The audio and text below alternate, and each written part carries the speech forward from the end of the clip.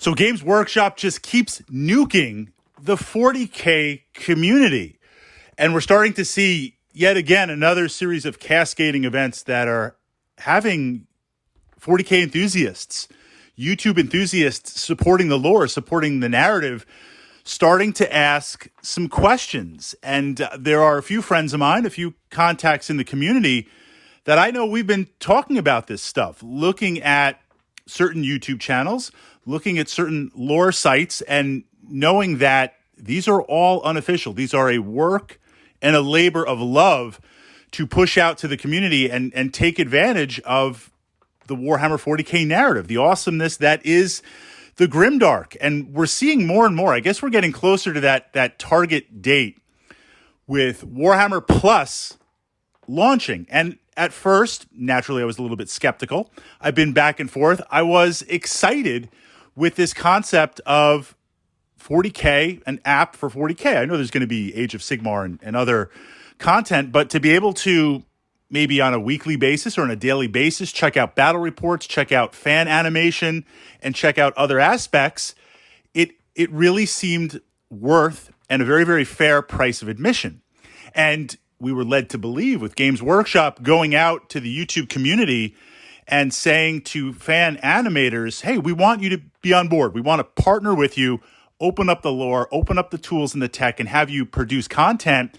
That seemed like a win-win to have that discovery and this idea that maybe the YouTube ecosystem with fan art and creation could feed into that. But we see in true Games Workshop fashion, it's to just control and to shut down and essentially really move against all animators. And ironically, we see this with channels being nuked and 40K animators having to pull their work, but it's uploads and other copies and other places. It's out there in the ecosystem. You cannot get rid of it.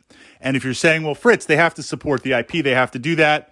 Okay, I understand that, but are there better ways or more community-sensitive ways to do it?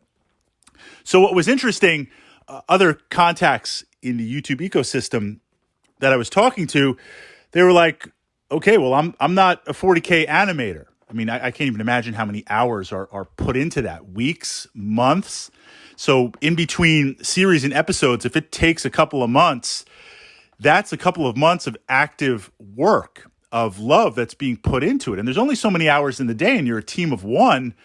That's a significant commitment for us to enjoy, a 5 or 10 minute video. I mean, that's a lot of work. But the idea was, well, we're not YouTube creators, we're not animators. So that's fine. We're okay. Games Workshop is going after that. Well, Warhammer Plus is not only to deliver, right? It's not only to deliver animations and videos. What about battle reports? Now, how would Games Workshop go after that? But the channels out there that produce battle reports, significant battle reports, and put a lot of love into that, professional table, amazing lighting, different camera angles. They've got the effects, they've got the lore, they've got the narrative. It's a very, very impressive setup. Well, that's going to be offered on Warhammer Plus. Can Games Workshop go after you for that? Can they try and suppress you for that? Well, you're utilizing physical models that you bought. I don't know the answer to that. I mean, my first response is, well, they're going to go after you for playing with your models and pushing them around on the table and playing a game and filming a game. I don't know. Is there artwork included in that? Are you doing cutscenes? Are you borrowing on the narrative? Are you not allowed to do that? What happens if they go after the battle reporters? If we're going crazy, because you say, well, Fritz, it'll never come to that. I mean, this is Games Workshop. What about unofficial lore channels? And a lot of the lore channels that I see, they make use of Games Workshop art. They make use of Games Workshop images. Not just models that you've purchased and painted yourself. The physical, they're using direct cuts. How does that even work out? How does that work out? Did you license it from Games Workshop? Is it official? They're going to shut down the lore channels. And what happens from that aspect? And what's interesting is you get involved in this thing of 40K, and this is also true to an extent with Age of Sigmar. You get involved in 40K, you build your models, maybe you're like me when you're building and painting, you listen to lore channels, you watch videos, and it fuels that narrative. You want to learn more about the grimdark universe. And certainly I explore stuff through the audios and the Black Library books, but lore channels are a very, very important point, not only to repeat the lore, but also to look and say, what's this YouTuber's take on it? You know, we had an interesting discussion. Luther was actually correct. The Lion was wrong in certain assessments, and we could argue that back and forth. So there is a lot of hidden value and a lot of hidden engagement that is not readily apparent to an outsider on these lore channels. Games Workshop, if they move to nuke them using unlicensed artwork, here's the terms of service. Here's where it says you can't do fan animations. You can't use any type of artwork. You can't even utilize your own artwork. Done. You're out. Boom. And if you've been involved in YouTube, right, that's going to be a hard battle to fight.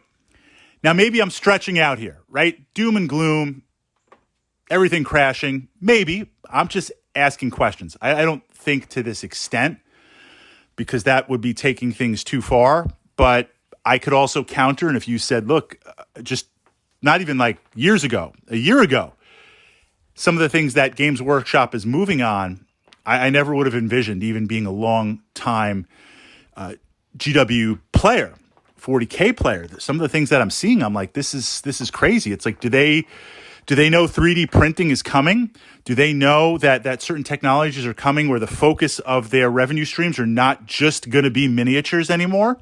That's going to diminish. So they realize they got to get ahead of that curve and really push and make other revenue streams, Warhammer Plus and other fan content and moving out to the toy market. They've been doing that. There's a reason for that. And it's not just leaving money on the table, although that is a part of it. What if Games Workshop comes after painting channels? Could they do that? I don't see how.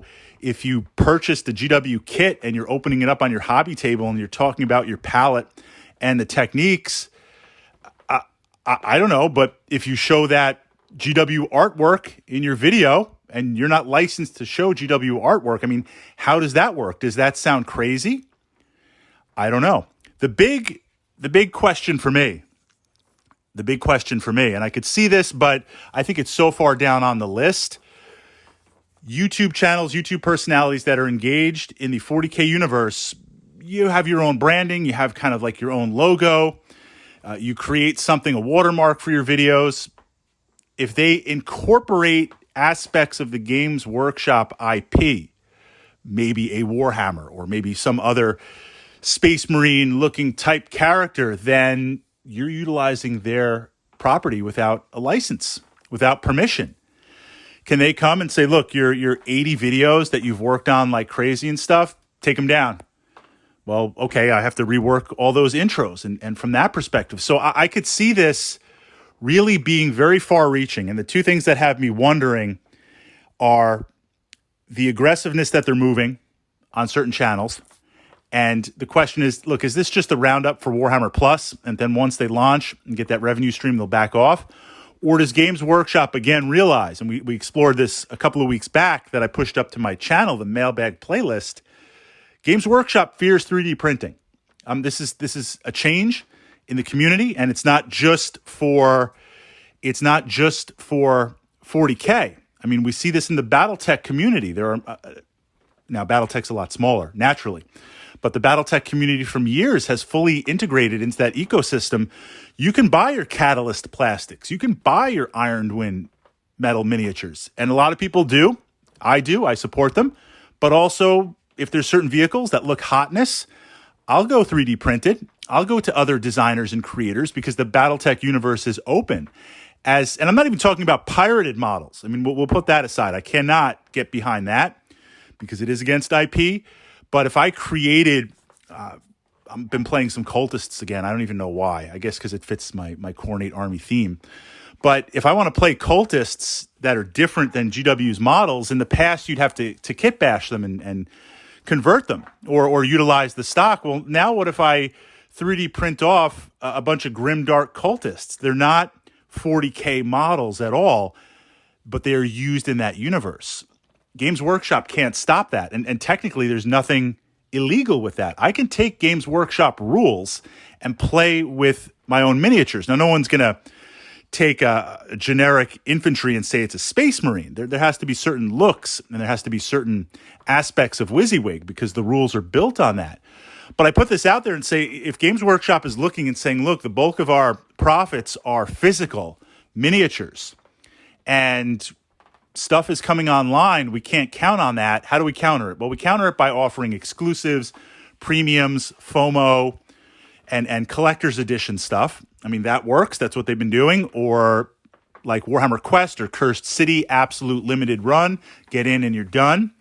But that's not really sustainable long term. That gives you a nice injection before the board meeting to make you look good. But the constant revenue stream, the backbone, you need that coming in quarterly. And how you do that, I think, is through diversifying out, becoming a toy company, becoming a licensing company, becoming dependent on video and revenue stream, essentially a model company transforming into a toy company, transforming into a complete media company. A lot to take in. And over the past couple of weeks, a lot of movement on the back end here in the YouTube, GW, 40K, Age of Sigmar ecosystem community, surprising me with the pace of how things are accelerating. I just get this feeling in the warp that something big is on the horizon.